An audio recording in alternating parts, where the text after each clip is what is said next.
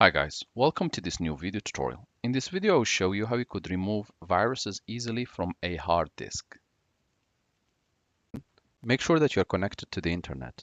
Next step, go to the search bar and type Windows Security. Click on the Windows Security to open. This will open the Windows Integrated Antivirus. Next step, click on Virus and Threat. At this stage, you want to click on Protection Updates and click Check for Updates. This will allow your system to update to the latest security intelligence version.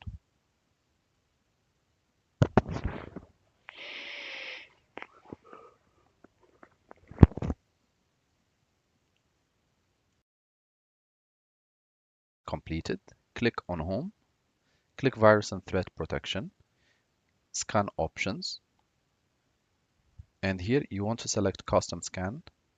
Click Scan Now. You will be prompted to select the device or the folders that you want to scan. Click on this PC shortcut. At this stage, if you want to scan USB flash drive or an SD card or an external hard disk or SSD or the Windows operating system and folders. So select which one you want to scan. For the purpose that this video should not be longer, I will just select this one and we'll click Select Folder. The system will start scanning accordingly, and if there are any viruses or threats, it should be flagged to you. I will just pause the video here and I will restart to show you what it looks like after the scan is done. You'll be redirected to this page and you will see that the scan has lasted, let's say, 1 minute, number of files scanned, etc. If it has found any threat, it should be able to put it in quarantine for you.